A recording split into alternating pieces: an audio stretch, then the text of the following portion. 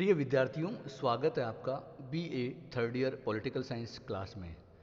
विद्यार्थियों, political science विषय का जो आपका सेकंड पेपर है, द्वितीय विश्व युद्धोत्तर अंतर्राष्ट्रीय संबंध एवं भारत की विदेश नीति, इसके 7th चैप्टर पर हम विद्यार्थियों हम चर्चा कर रहे हैं। आप चैप्टर देख पा रहे हैं, भारत की विदेश नीति, निर्धारक तत्व, भारत एवं संयुक्त राष्ट्र संघ। तो विद्यार्थियों, आज इस वीडियो में हम बात करेंगे भारत की गुटनिरपेक्ष नीति। बहुत महत्वपूर्ण टॉपिक है। हमने भारत की विदेश नीति पर बहुत डिटेल से पिछले वीडियो पे हमने चर्चा करी, उसका मूल्यांकन हमने किया। अब भारत की विदेश नीति का एक बहुत महत्वपूर्ण आधार स्तंभ आप जिसको कह सकते हैं, वो रही है गुटनिरपेक्ष नीति या असंलग्न नीति या असंलग्नता या गुटनिरपेक्षता, कुछ भी कह सकते हैं। तो इस पर हम बात करेंगे। हालांकि इसको लेकर नेक्स्ट चैप्टर भी आएगा, उस पर हम और चर्चा करेंगे, लेकिन यहाँ वो गुटनिरपेक्ष आंदोलन पर वहाँ चर्चा करेंगे। लेकिन ये गुटनिरपेक्ष नीति जो भारत की आधार स्तंभ के रूप में रही है भारत की, वो गुटनिरपेक्ष नीति, एक तो गुटनिरपेक्षता को थोड़ा सा हल्के में हम समझेंगे, थोड़ा सा संक्षेप में गुटनिरपेक्षता है क्या, फिर गुटनिरपेक्ष नीति, भारत की जो गुटनिरपेक्ष नीति है उसकी क्या नेचर रहा है, क्या प्रकृति, क्या विशेषता रही, उस पर हम बात करेंगे। और फिर गुटनिरपेक्ष नीति का जो आंदोलन का पूरा विकास क्या रहा है भारत के संदर्भ में, ठीक है, जो स्वतंत्रता से लेकर आज तक जो गुटनिरपेक्ष नीति का जो पूरा विकास यात्रा है, ठीक है, उसको हम देखेंगे, समझेंगे। तो कई बार इसको लेकर प्रश्न पूछा जाता है। देखिए, दो यहाँ बातें हैं, एक तो गुटनिरपेक्ष नीति क्या है, एक भारत की गुटनिरपेक्ष नीति क्या है, दोनों में अंतर है, ठीक है। तो गुटनिरपेक्षता पर हम संक्षेप में बात करेंगे और आगे नेक्स्ट चैप्टर में इस पर बात होगी। लेकिन यहाँ हम बात करेंगे भारत की जो गुटनिरपेक्ष नीति रही है, भारत ने जो इस नीति, हालांकि बेशक भारत ने लीडरशिप के रूप में रोल निभाया कि इस नीति की शुरुआत करने वाले ही भारत के जो प्रधानमंत्री, वर्तमान तत्कालीन प्रधानमंत्री जो जवाहरलाल नेहरू जी थे। तो लेकिन भारत के संदर्भ में हम इसको बात करेंगे। तो आइए हम वीडियो की शुरुआत करें। लेकिन यहाँ पर उससे पहले जो विद्यार्थी नए जुड़े हैं, वो सारे वीडियो क्रमबद्ध और व्यवस्थित तरीके से आप देख सकते हैं इस चैनल की प्लेलिस्ट सेक्शन में जाके, और आपको उसका जो लिंक है आपको इस वीडियो के डिस्क्रिप्शन में भी मिल जाएगा। तो आइए चर्चा करते हैं। विद्यार्थियों, भारत की गुटनिरपेक्षता अथवा असंलग्नता नीति, अगर हम इस पर बात करें, लेकिन इससे पहले आपको गुटनिरपेक्ष नीति को समझना होगा, गुटनिरपेक्षता को समझना होगा। देखिए, वैसे हमने इस पर बात पहले भी करी है और आपने छोटी क्लासों में भी इसको पढ़ा है, तो ये आपके लिए कोई नया शब्द नहीं है, ठीक है। लेकिन यहाँ फिर भी अगर हम बात करें, आपको पता है कि विद्यार्थियों, द्वितीय विश्व युद्ध के बाद कुछ ऐसा हुआ कि पूरी दुनिया दो गुटों में बंट गई। शीत युद्ध का आरंभ हुआ और पूरी दुनिया दो गुटों में बंट गई। एक गुट जो कि पूंजीवादी विचारधारा का प्रतिनिधित्व कर रहा था, वो था अमेरिका। दूसरा गुट सोवियत संघ, जो कि साम्यवादी विचारधारा का प्रतिनिधित्व कर रहा था, ठीक है। और उन्हीं दिनों मतलब लगभग उसी दौर में 1947 में आपको पता है भारत भी आज़ाद हुआ। भारत ही नहीं बल्कि एशिया, अफ्रीका, लैटिन अमेरिका, उन देशों में मतलब उन महाद्वीपों में बहुत सारे कई देश हैं, वो एक नव स्वतंत्र राष्ट्र के रूप में उभर के सामने आए। मतलब वो अपने अपने उपनिवेशों से आज़ाद हुए।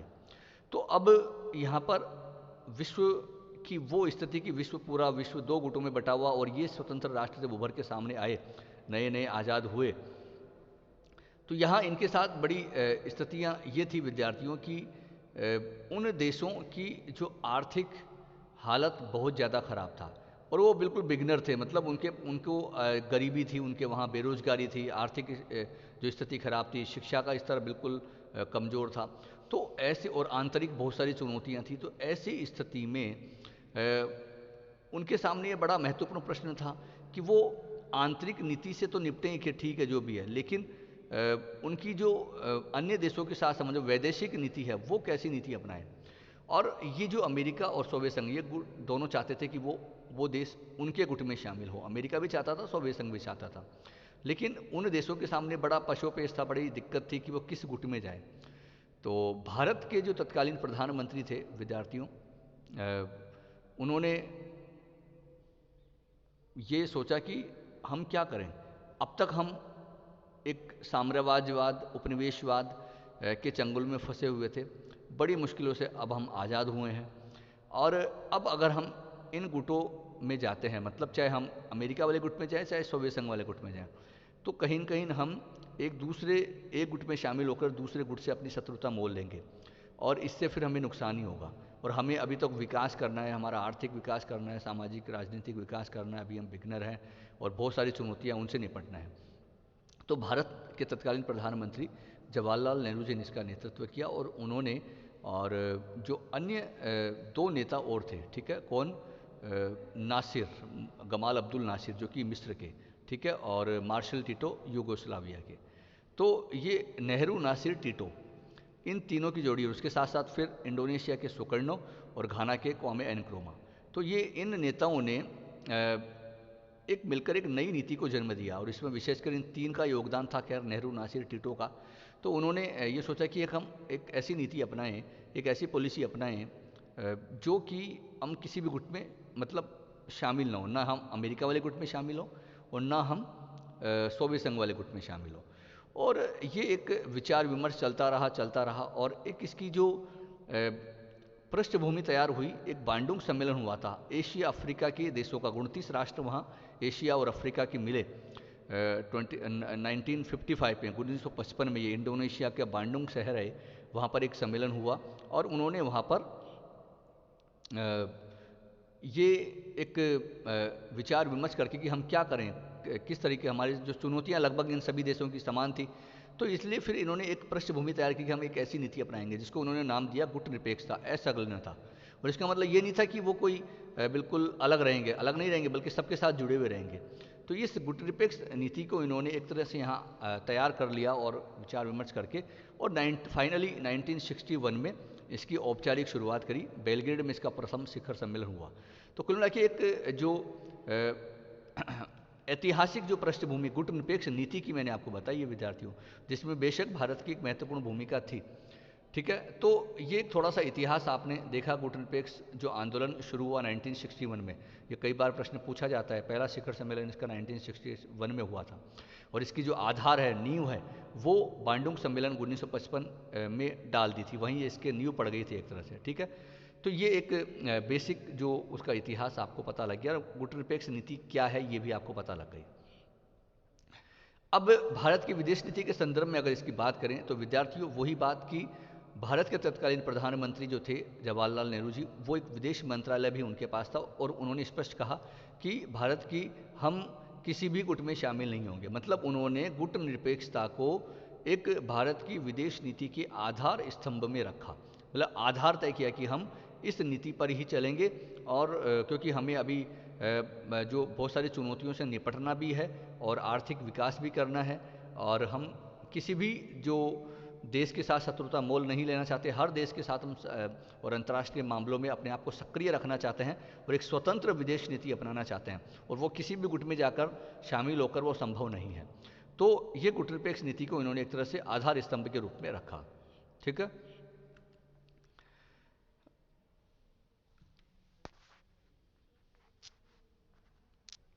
अब विद्यार्थियों जैसा कि ये तो मैंने आपको बताया कि भारत की विदेश नीति के आधार स्तंभ के रूप में गुट निरपेक्ष नीति रही है, लेकिन इसको थोड़ा सा हम अगर समझें और बारीकी में हम जाएं, तो ये कुछ पॉइंट आपको जो दिखाई दे रहे हैं, तो इनके माध्यम से इनको समझना हम चाहेंगे कि भारत की विदेश नीति के आधार स्तंभ में तो रहा, लेकिन क्या प्रमुख पक्ष रहे हैं भारत की जो विदेश नीति में, जो गुट निरपेक्ष नीति को जो तत्कालीन प्रधानमंत्री जी ने, विदेश मंत्री जी ने अपनाया। तो देखिए बहुत सारे पक्ष इसके थे। जैसे पहला पॉइंट आप देख पा रहे हैं कि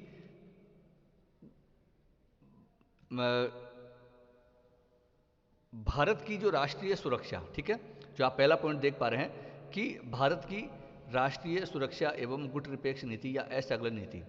देखिए अगर सुरक्षा के संदर्भ में देखें, जैसा कि मैंने कहा, उस समय ये बहुत महत्वपूर्ण बात थी, उस समय नेहरू जी के दिमाग में ये, ठीक है, कि भारत के सामने एक ये बड़ी चुनौती थी, किस रूप में, राष्ट्रीय सुरक्षा। क्योंकि अब हम आज़ाद तो हो चुके थे, लेकिन उस संप्रभुता को बचाए रखना था, ठीक है। आंतरिक चुनौतियां थी वो एक अलग थी, उनसे तो निपटना ही था, लेकिन भारत की जो भारतीय राष्ट्र को पूरा सुरक्षित रहे, आंतरिक रूप से भी और बाह्य रूप से भी। तो उसके संदर्भ में ये ही उन्होंने सोचा कि असंलग्नता जो नीति थी, गुटनिरपेक्ष नीति, ये बेहतर है भारत की राष्ट्रीय सुरक्षा के लिए। क्योंकि विद्यार्थियों, अगर आपको पता है कि आप पड़ोसी देशों में चीन भारत के पड़ोस में था, हालांकि उस समय तो चीन के साथ अच्छे संबंध थे, और बाद में 1949 में खैर चीन में जब वहाँ एक जनवादी क्रांति, तो साम्यवाद एक साम्यवादी चीन के रूप में उभर के सामने आया, तो साम्यवाद को उसने अपनाया, और वो फिर जो सोवियत संघ के एक तरह से विचारधारा का देश था, और पाकिस्तान जो था वो अमेरिका वाले गुट में शामिल था, उन दिनों वो अमेरिका के गुट में शामिल हो गया था। तो यहाँ पर विद्यार्थियों की भारत की राष्ट्रीय सुरक्षा की एक बहुत बड़ी चुनौती थी, और भारत उस पचड़े में पड़ना नहीं चाहता था कि वो एक तरफ भारत अमेरिका के गुट में पाकिस्तान जो कि भारत का पड़ोसी देश, दूसरी तरफ सोवियत संघ के गुट में चीन जो कि भारत का पड़ोसी देश, और बाकी अन्य छोटे छोटे देश। तो अगर किसी गुट में जाता तो वो दूसरे गुट से एक तरह से दुश्मनी मोल लेता, तो भारत की राष्ट्रीय सुरक्षा को बड़ा खतरा था। ठीक है, और राष्ट्रीय सुरक्षा की दृष्टि से चाहे हम ये 3 पॉइंट आप देख पा रहे हैं, इन तीनों पक्ष में देखें, तीनों आयामों में हम देखें कि चाहे हम स्थलीय सीमा की बात करें, पड़ोसी देशों की, जो मैंने आपको बताया कि स्थलीय सीमा की दृष्टि से जो 2 पड़ोसी देश अलग अलग गुट में शामिल थे, तो उस दृष्टि से भारत की राष्ट्रीय सुरक्षा को बहुत दिक्कत हो सकती थी। समुद्री जो सीमा है उसमें हिंद महासागरीय क्षेत्र, वहाँ अगर उसको वो भारत अंतर्राष्ट्रीय जो एक तरह से अखाड़ा नहीं बनाना चाहता था, क्योंकि बहुत महत्वपूर्ण वो पूरा एरिया था, और भारत के लिए काफ़ी दिक्कत हो सकती थी अगर वो अंतर्राष्ट्रीय एक तरह से वो शीत युद्ध का केंद्र बन जाता तो। ठीक है, सामरिक दृष्टि से भी भारत के लिए बड़ा महत्वता थी, क्योंकि भारत एक ऐसी स्थिति में था, एक ऐसे क्षेत्र में कि जो चाहे हिंद महासागर की हम बात करें, इधर दूसरी तरफ जो चीन जो था, एक दक्षिणी चीन सागर जो एक बहुत महत्वपूर्ण अंतर्राष्ट्रीय जो व्यापारिक मार्ग, ठीक है, और चीन और पाकिस्तान की दृष्टि से हम देखें तो पाकिस्तान जो अमेरिका की गुट में शामिल था, तो फिर अमेरिका जो भी चाहता वो भारत के साथ कर सकता था पाकिस्तान में रहते हुए, या फिर सोवियत संघ वो चीन में रहते हुए। तो कहने का मतलब यहाँ पर जो पूरी, चाहे हम स्थलीय दृष्टि से देखें, चाहे हम सामुद्रिक दृष्टि से देखें, और चाहे हम सामरिक दृष्टि से देखें, तो भारत की सुरक्षा और इन सभी दृष्टि से भारत की सुरक्षा के लिए गुटनिरपेक्ष नीति अत्यंत आवश्यक थी उन तत्कालीन प्रधानमंत्री के अनुसार। तो इसलिए उन्होंने गुटनिरपेक्ष नीति को अपनाया, इन सारी बातों को ध्यान में रखते हुए। ठीक है, नेक्स्ट जो दूसरा आप देख पा रहे हो, आर्थिक, तकनीकी और सैन्य तत्व जो गुटनिरपेक्ष और गुटनिरपेक्ष नीति, मतलब ये सारे पक्ष भी देखे गए। देखिए, आर्थिक, तकनीकी और सैनिक तीनों दृष्टि से हम देखें तो आर्थिक दृष्टि से हम बड़े कमज़ोर थे, तकनीकी दृष्टि से भी हम बड़े कमज़ोर थे, और सैनिक दृष्टि से भी हम बहुत कमज़ोर थे। मतलब क्योंकि और हमें तीनों में ही हम इतने सशक्त नहीं थे कि हम सेल्फ डिपेंड हो, तीनों दृष्टि से, आर्थिक दृष्टि से भी, तकनीकी और सैन्य, क्योंकि हमारी सेना भी इतना मजबूत नहीं थी, और हमारे पास टेक्नोलॉजी तो घर थी ही नहीं, और आर्थिक तो हालात हमारे बहुत ज़्यादा ख़राब थे। तो हमें इसके लिए अन्य देशों की मदद की ज़रूरत थी, और वो किसी एक देश पर डिपेंडेंसी हम नहीं रखना चाहते थे, हम चाहते थे हम किसी भी देश से वो सहायता लें। तो इस कारण से भी हमने गुटनिरपेक्ष नीति को अपनाया। ठीक है, मध्यम मार्ग को अपनाना, मतलब हमने देखिए एक मध्यम मार्ग को अपनाया, क्योंकि मध्यम मार्ग ही तो था। एक मार्ग ये था कि हम चाहें तो अमेरिका वाले गुट में जाएं, हम एक मार्ग ये था हम चाहे सोवियत संघ वाले गुट में जाएं, लेकिन हमने एक मध्यम मार्ग निकाला, और गुटनिरपेक्षता जिसमें कि हम किसी भी देश से दुश्मनी भी मोल नहीं ले रहे और सबसे हम फायदा भी लें। तो एक मध्यम नीति को हमने, मध्यम मार्ग को अपनाया इस गुटनिरपेक्ष नीति के चलते। ठीक है, नेक्स्ट, अफ्रे एशियाई एकता एवं गुटनिरपेक्षता की नीति। एक बड़ा महत्वपूर्ण बात थी कि इससे एक ये हमने एक नया मंच को तैयार किया, एक अफ्रीका और एशिया के जो देश, और वो नव स्वतंत्र राष्ट्र जो कि नए नए आज़ाद हुए थे, जो भारत की समस्याएं थी वो उन सब देशों की समस्याएं थी। तो इससे अफ्रीका और एशिया के जो वो स्वतंत्र राष्ट्र वो एकजुट हुए, और उन्होंने एक अपना मंच भी तैयार किया और एक नए आंदोलन को भी जन्म दिया। ठीक है, तो उससे ये हुआ कि इनकी सबकी समस्याएं वो एकजुट मिलकर आपस में भी वो सहयोग दे के उनको निपटा सकते थे, और अन्य देशों के साथ भी सहायता ले सकते थे। तो ये सारे आयामों में विद्यार्थी हम देखें तो एक इन सभी बातों को ध्यान में रखते हुए तत्कालीन प्रधानमंत्री जी ने एक आधार स्तंभ के रूप में गुटनिरपेक्ष नीति को रखा। तो ये भारत की गुटनिरपेक्ष नीति की जो प्रमुख पक्ष थे, आयाम थे, उन्होंने क्यों ऐसा किया, ये सारी बातें हमने देखी, जो उसकी पूरा नेचर था, पूरी प्रकृति थी। ठीक है। अब विद्यार्थियों, भारत की गुटनिरपेक्ष नीति जो स्वतंत्रता से लेकर आज तक रही है, तो उसका विकास जो कैसे हुआ, पूरा जो वो विकास यात्रा देखते हैं।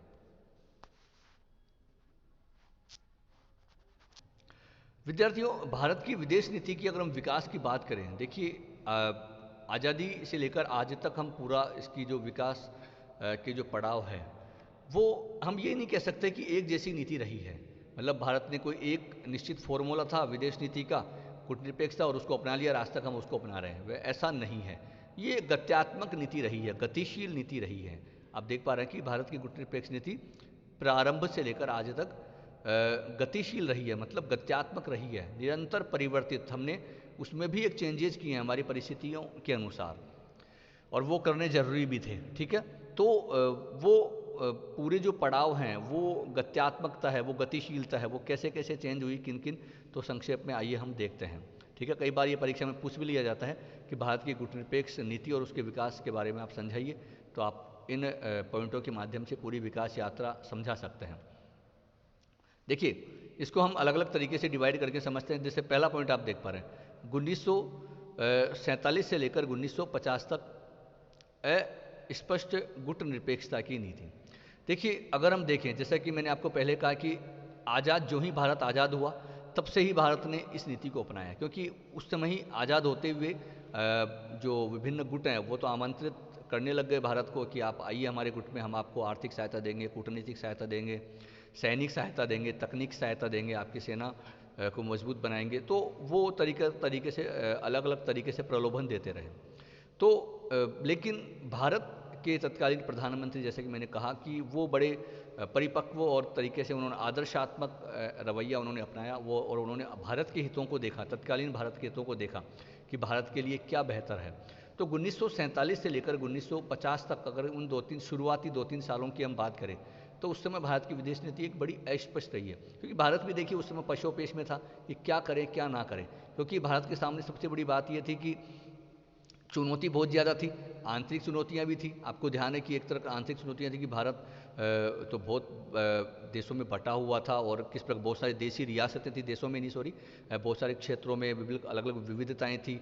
और आपको पता है कि देशी रियासतें इतनी, और भारत का विभाजन अलग हुआ था, और जिस हालात में अंग्रेज़ हमें छोड़ के गए, तो वो चुनौतियां बहुत आंतरिक हालात बहुत ज़्यादा ख़राब थे उन दिनों के, तो उनसे निपटना। दूसरा, हमें जो अंतर्राष्ट्रीय जो नीति थी वो तय करनी, और उससे हमें निपटना, किससे भी हमें हमारी सुरक्षा को कोई खतरा ना हो।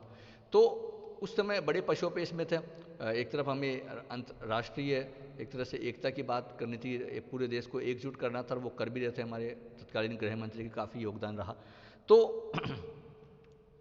उस समय पशुपेश में था, इसलिए एक स्पष्ट गुटनिरपेक्षता कोई हमें देखने को नहीं मिली। हाँ, ये जरूर था, भारत ये कहता था कि हम एक स्वतंत्र विदेश नीति अपनाएंगे, हम किसी भी गुट में अभी शामिल नहीं होंगे, हमें अभी आर्थिक विकास करना है, हमारा तकनीकी विकास करना है, हमारी जो बेरोजगारी है, शिक्षा, गरीबी, ये समस्याएं हैं, उनको निपटना है, हमें सबसे ही सहायता लेनी है।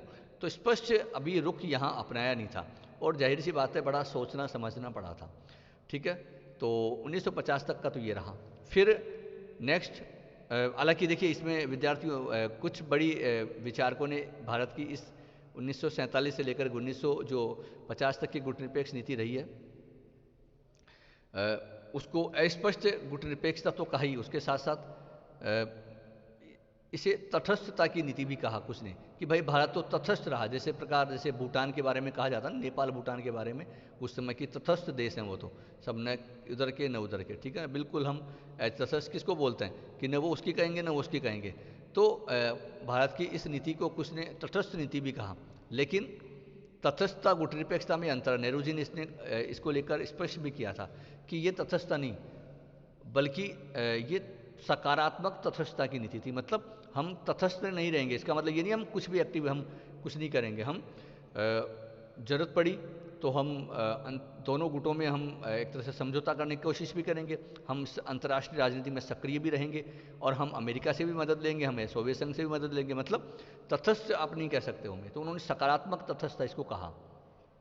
हालांकि जो तत्कालीन सोवियत संघ के जो थे नेता स्टालिन, उन्होंने इसको बुजुर्वा नीति कहा था, जो 1947 से 1950 शुरुआती जो भारत की गुटनिरपेक्ष नीति थी, ठीक है, उसको। नेक्स्ट आप देख पा रहे हैं, अगर हम इसके अगले पड़ाव की बात करें तो 1950 से 1962 तक भारत की जो गुटनिरपेक्ष नीति थोड़ी सोवियत संघ की तरफ थोड़ी झुकी हुई नीति थी। देखिए क्यों? क्योंकि अब हमें, जैसे कि मैंने कहा, चुनौतियां थी, तो हमें मदद तो लेनी थी, आर्थिक भी लेनी थी, तकनीकी आर्थिक मदद तो लेनी ही थी, ठीक है, तो वो हमने ली। लेकिन हाँ, हमने अमेरिका से भी ली, लेकिन अमेरिका क्योंकि ज़्यादा प्रेशराइज हमें कर रहा था, तो हमें सोवियत संघ से हमें ज़्यादा मदद मिली। और सोवियत संघ को हमारी इस गुटनिरपेक्ष नीति से कोई दिक्कत भी नहीं थी, वो तो उसने कहा भी था, उन्होंने एक्सेप्ट किया था। अमेरिका तो खैर इसको एक्सेप्ट कर ही नहीं पा रहा था, वो तो काफ़ी दिन बाद तक, है ना। लेकिन सोवियत संघ ने कहा कि ठीक है, हमें इसमें कोई दिक्कत नहीं है। आप, उनको दिक्कत थी अमेरिका वाले गुट में अगर हम शामिल होते हैं तो फिर सोवियत संघ को दिक्कत थी, लेकिन अगर आप किसी भी गुट में शामिल नहीं होते हैं तो हमें कोई दिक्कत नहीं है। तो सोवियत संघ ने हमारी गुटनिरपेक्ष नीति की सराहना भी की, मतलब उसको एक्सेप्ट किया उन्होंने।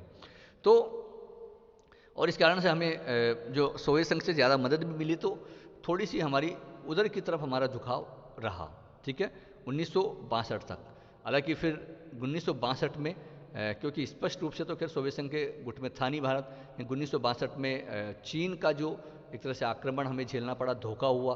हालांकि भारत और चीन के अच्छे संबंध थे दोनों के, लेकिन कल्पना नहीं कर सकते थे भारत की चीन ऐसा कर देगा, लेकिन अंदर ही अंदर चीन तो खैर एक अलग प्रकार का, एक अलग नेचर वाला देश, तो उसने भारत पर हमला किया और 1962 में। तो उससे भारत की गुटनिरपेक्ष नीति पर एक प्रश्न चिन्ह भी विद्यार्थियों लगा, और बहुत यह आलोचना भारत की गुटनिरपेक्ष नीति की गई कि अगर भारत किसी भी गुट में शामिल होता तो फिर देखिए, अगर मान लीजिए सोवियत संघ के गुट में शामिल होता तो भी चीन आक्रमण नहीं करता, और अमेरिका वाले गुट में होता तो भी नहीं कर सकता था, क्योंकि फिर वो तो एक तरह से विश्व युद्ध हो जाता। तो कहीं न कहीं ये हमें खामियाजा भुगतना पड़ा। ये कहा गया कि भारतीय गुटनिरपेक्ष नीति की एक खामियाजा था कि चीन ने भारत पर हमला किया।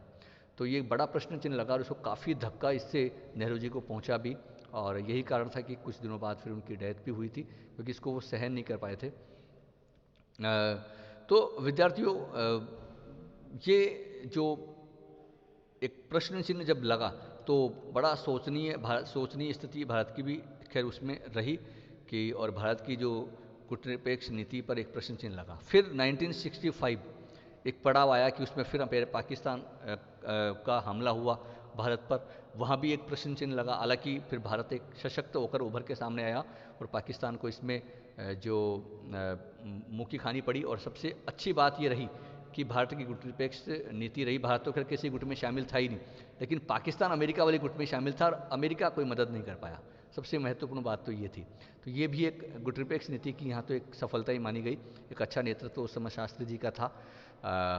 फिर नेक्स्ट अगर हम आगे बढ़ें तो 1971 भारत सोवियत मैत्री संधि और 1971, ठीक है।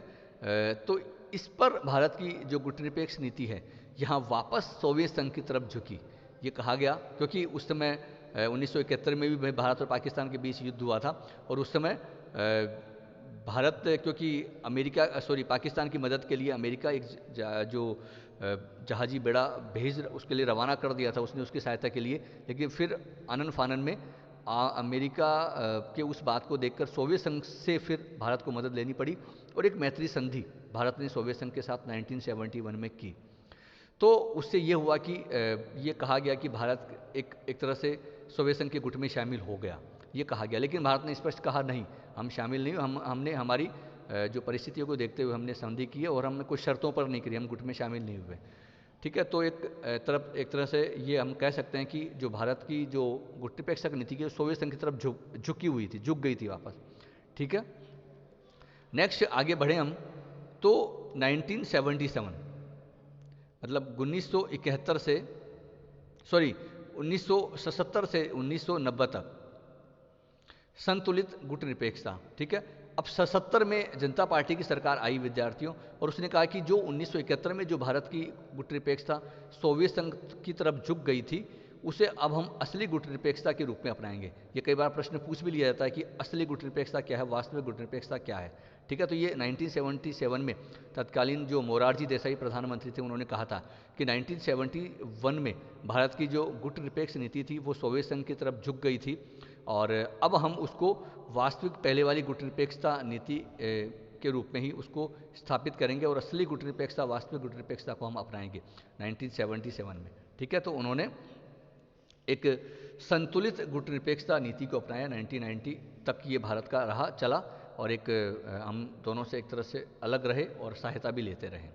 ठीक है, अब शीत युद्ध विद्यार्थियों समाप्त हुआ 1991 में, आपको पता है, और उसकी समाप्ति के बाद मतलब अब यहाँ गुट तो समाप्त हो गए थे, एक अमेरिका बचा क्योंकि सोवियत संघ का तो विघटन हो गया और उसका प्रतिनिधित्व रूस ने किया और मतलब गुट समाप्त हो गए। अब 1991 मतलब शीत युद्ध जब समाप्त हुआ तो ये एक प्रश्न चिन्ह लगा गुटनिरपेक्षता पर कि अब तो गुटनिरपेक्षता की तो कोई रेलिवेंस ही नहीं है, प्रासंगिकता ही नहीं है, क्योंकि जब गुट ही नहीं है तो फिर गुट निरपेक्षता किस बात की। क्योंकि ये प्रश्न चिन्ह लगे स्वयं गुटनिरपेक्षता के कुछ देशों में, उनमें भी लगे और ये भी प्रश्न चिन्ह उठाया गया बाहर से भी कि अब गुटनिरपेक्षता को तो समाप्त कर देना चाहिए, क्योंकि ये आंदोलन तो उस समय के लिए था कि जब गुट थे, लेकिन अब जब गुट ही नहीं है तो फिर गुटनिरपेक्षता की कोई रेलिवेंस नहीं है, प्रासंगिकता नहीं है। लेकिन विद्यार्थियों, ये गुटनिरपेक्ष आंदोलन फिर भी रहा, भारत ने गुटनिरपेक्ष नीति को अपनाया। उसने कहा कि हम अपने तरीके से, नई तरीके से गुटनिरपेक्ष नीति को अपनाएंगे और उसको एक अलग आयाम उसको देंगे और दिया भी गया और आज तक गुटनिरपेक्ष नीति चल भी रही है, गुटनिरपेक्ष आंदोलन चल भी रहा है, बल्कि चल नहीं रहा बल्कि आगे बढ़ रहा है। हालांकि थोड़ा सा कमजोरी पड़ा है, लेकिन फिर भी आज जो बढ़ते बढ़ते 120 देश लगभग इसमें हो चुके हैं गुटनिरपेक्ष आंदोलन में। ठीक है, तो खैर उसकी चर्चा हम आगे करेंगे।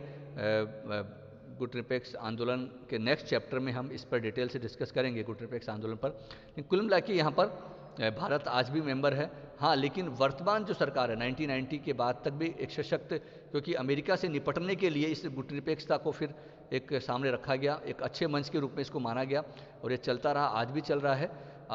लेकिन अब थोड़ा सा भारत का जो रुख है, क्योंकि भारत अब अमेरिका की तरफ काफ़ी झुका हुआ है। भारत हालांकि संबंध सोवियत संघ के साथ, सोवियत संघ तो है ही नहीं, रूस के साथ भी अच्छे हैं। अब एक बहुध्रुवीय विश्व है, तो यहाँ गुटनिरपेक्षता की प्रासंगिकता खैर है, उसकी प्रासंगिकता की बात भी हम नेक्स्ट चैप्टर में करेंगे। तो कुल मिला के भारत आज भी मेंबर गुटनिरपेक्षता का है। हालांकि अब उतनी गुटनिरपेक्षता, वैसी गुटनिरपेक्षता खैर नहीं है जैसी पहले थी, और अब वैसी परिस्थितियाँ भी नहीं है क्योंकि आज बहुध्रुवीय विश्व है। तो लेकिन रेलिवेंस आज भी है, भारत भी मानता है रेलिवेंस, और उसकी प्रासंगिकता की बात हम नेक्स्ट चैप्टर में भी करेंगे। तो विद्यार्थियों, ये पूरी विकास यात्रा एक शॉर्ट एंड स्वीट तरीके से मुझे करनी थी, क्योंकि बहुत डिटेल में हम जा नहीं सकते थे, इतना समय की सीमाएं हैं। तो आपकी कुछ ओवरव्यू समझ में आ गया होगा तो आप इसकी विकास यात्रा बता सकते हैं। तो विद्यार्थियों, भारत की गुटनिरपेक्ष नीति की प्रमुख पक्षों की हमने बात करी, आधार स्तंभ की हमने बात करी, विकास यात्रा की हमने बात करी। तो आशा है आपको ये गुटनिरपेक्षता समझ में आ गई होगी। अब गुटनिरपेक्षता क्या है उसकी तो हम अंतर्राष्ट्रीय तरीके से वो डिटेल से नेक्स्ट चैप्टर में बात करेंगे, लेकिन हमारी विदेश नीति के संदर्भ में हमने बात की। तो बस आप अपनी प्रतिक्रिया दें कि आपको ये कैसा वीडियो लगा और आपको ये सब समझ में आ रहे हैं या नहीं हैं, तो आपको कितना फ़ायदा इन सब इससे मिल रहा है जो आपके लिए ये मेहनत की जा रही है। तो सारे वीडियो आप देख सकते हैं, जैसे कि मैंने पहले भी कहा, क्रमबद्ध तरीके से प्लेलिस्ट में जाके लिंक आपको दे दिया जाएगा इस वीडियो के डिस्क्रिप्शन में। और नेक्स्ट चैप्टर में फिर हम मिलते हैं, नेक्स्ट वीडियो में मिलते हैं। चैप्टर तो खैर अभी है, इसमें कुछ टॉपिक्स और हैं, तो फिर मिलते हैं। बहुत बहुत धन्यवाद।